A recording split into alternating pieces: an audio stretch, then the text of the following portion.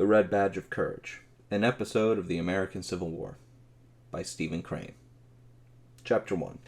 The cold passed reluctantly from the earth, and the retiring fogs revealed an army stretched out on the hills resting.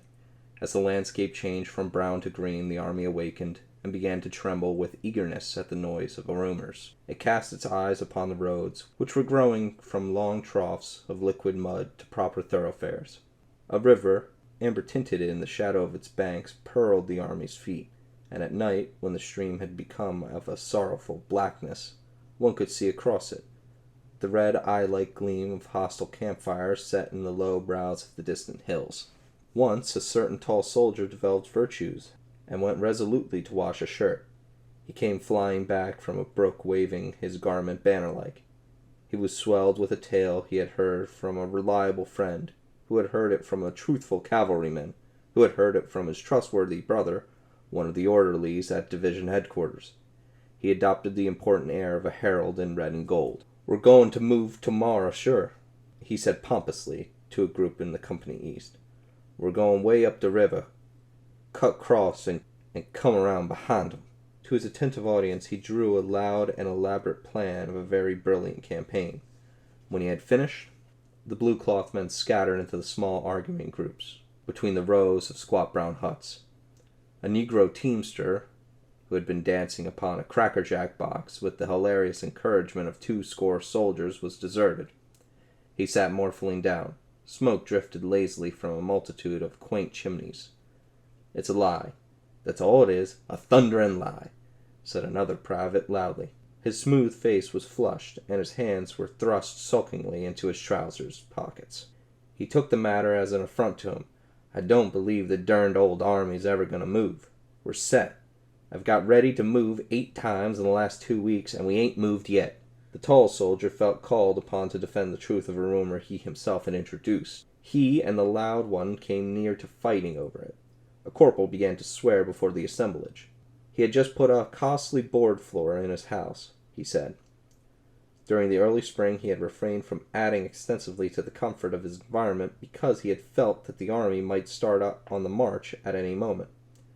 Of late, however, he had been impressed that they were in a sort of eternal camp. Many of the men engaged in a spirited debate. One outlined, in a peculiarly lucid manner, all the plans of the commanding general. He was opposed by the men who advocated that there were other plans of the campaign.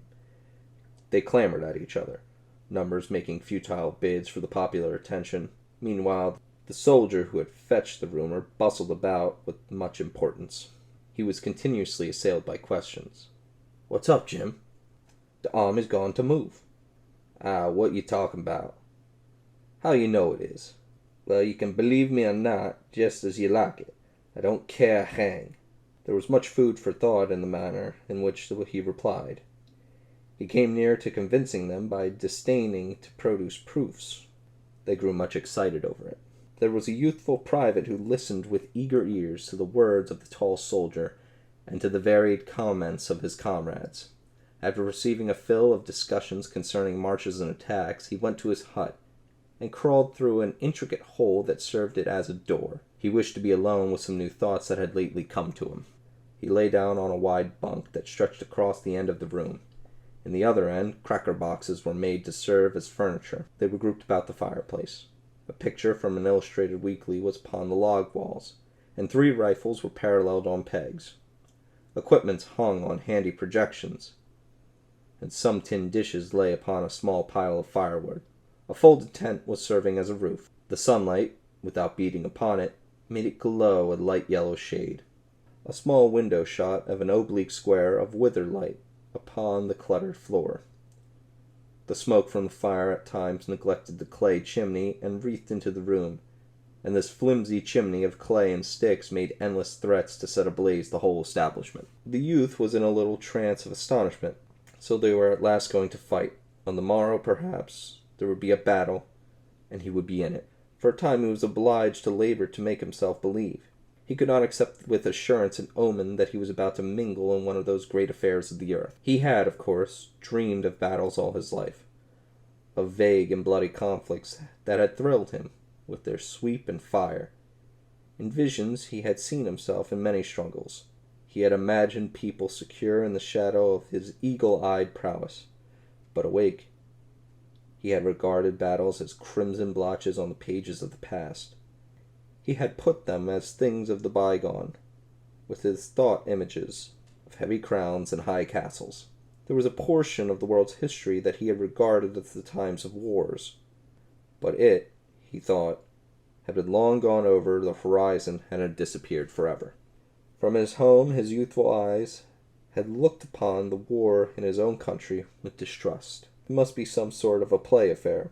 He had long despaired of witnessing a Greek-like struggle. Such would be no more, he had said. Men were better, or more timid. Secular and religious educated had effaced the throat-grabbing instinct, or else firm finance held in check the passions. He had burned several times to enlist. Tales of great movements shook the land. They may not be distinctly Homeric, but there seemed to be much glory in them. He had read of marches, sieges, conflicts, and he had longed to see it all. His busy mind had drawn for him large pictures, extravagant in color, lurid with breathless deeds. But his mother had discouraged him. She had affected to look with some contempt upon the quality of his war ardor and patriotism. She could calmly seat herself, and with no apparent difficulty, give him many hundreds of reasons why he was of vastly more importance on the farm than on the field of battle. She had certain ways of expression that told him that her statements on the subject came from a deep conviction. Moreover, on her side was his belief that her ethical motive in the argument was impregnable. At last, however, he had made firm rebellion against this yellow light thrown upon the color of his ambitions. The newspapers, the gossip of the village, his own picturings had aroused him to an uncheckable degree. They were in truth fighting finely down there. Almost every day the newspapers printed accounts of a decisive victory. One night, as he lay in bed, the winds had carried to him the clangoring of the church bell, as some enthusiast jerked the rope frantically to tell the twisted news of a great battle. This voice of the people rejoicing in the night had made him shiver in a prolonged ecstasy of excitement. Later he had gone down to his mother's room and had spoken thus: "Ma, I'm going to enlist." "Henry, don't you be a fool," his mother had replied. She had then covered her face with the quilt. There was an end to the matter for that night. The next morning he had gone to a town that was near his mother's farm, and had enlisted in a company that were forming there. When he had returned home, his mother was milking the brindle cow. 4 others stood waiting. "Ma, I've enlisted," he had said to her diffidently. There was a short silence. "The Lord's will be done, Henry," she had finally replied, and had continued to milk the brindle cow. When he had stood in the doorway with his soldier's clothes on his back, and with the light of excitement and expectancy in his eyes almost defeating the glow of regret for the home bonds, he had seen 2 tears leaving their trails of his mother's scarred cheeks.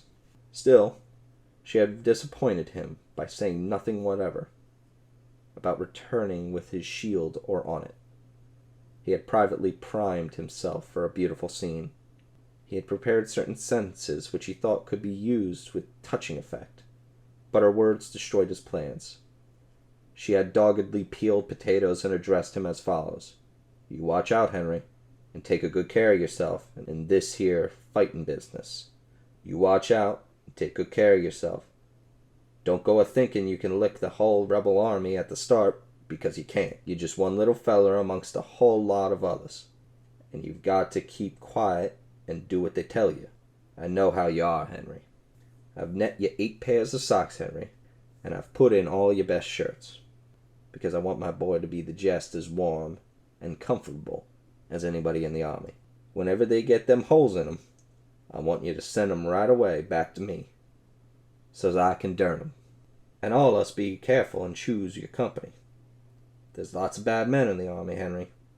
The army makes 'em wild, and they like nothing better than the job of leading off a young feller like you as ain't never been away from home much, and has allers had a mother and a learning 'em to drink and swear.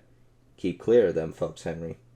I don't want you to ever do anything, Henry, that you would be ashamed to let me know about.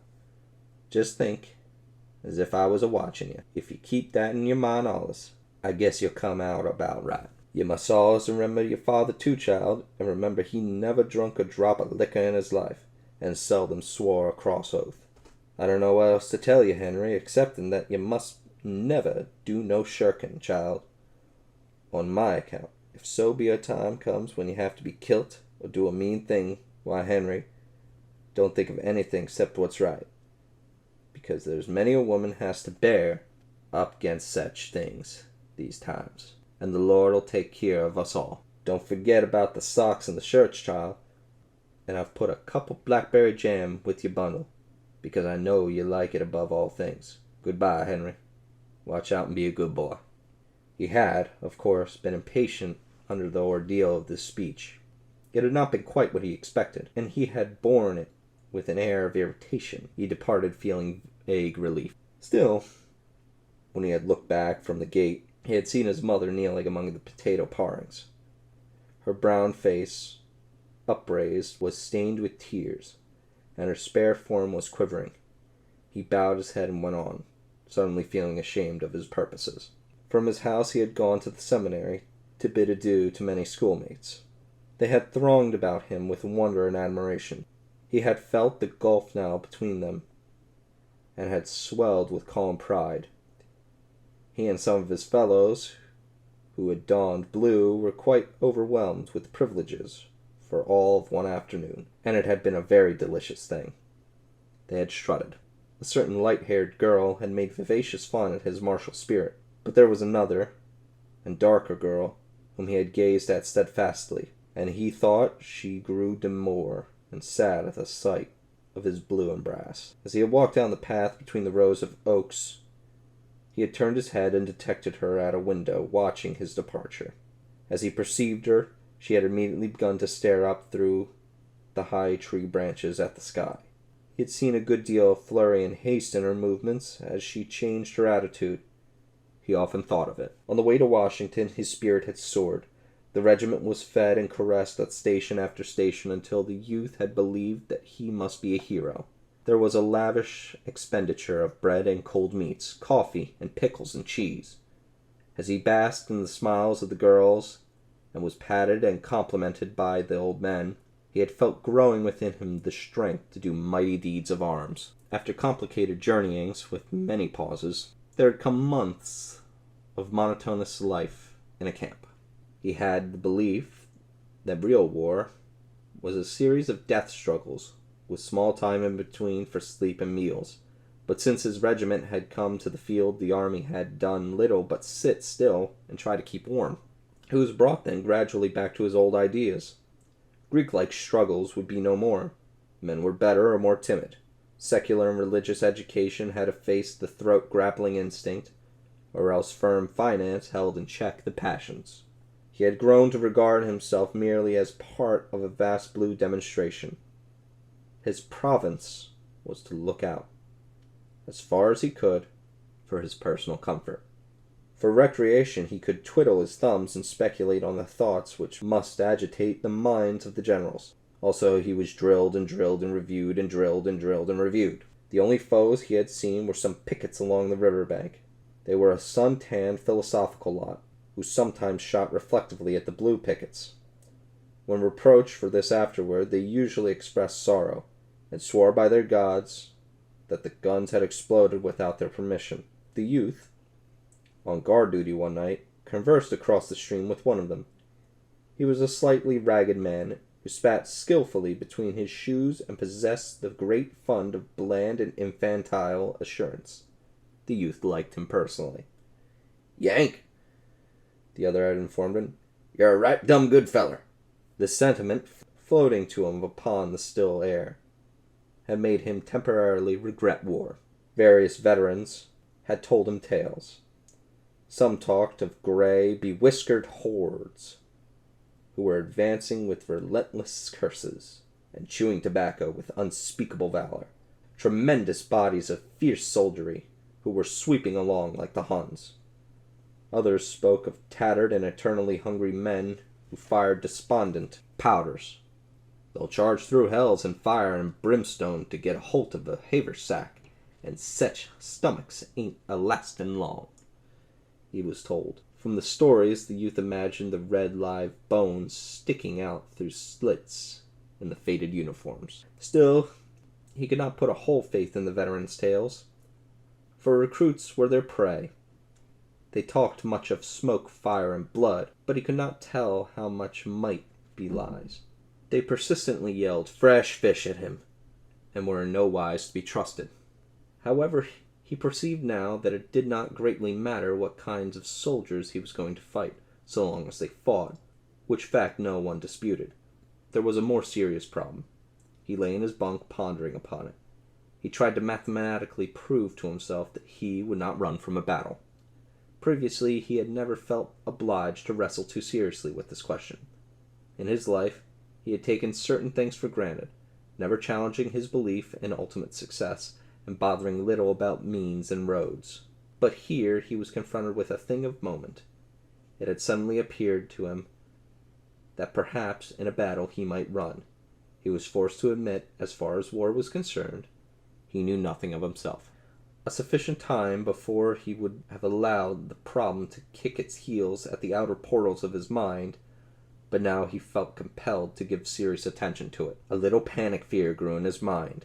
As his imagination went forward to a fight, he saw hideous possibilities.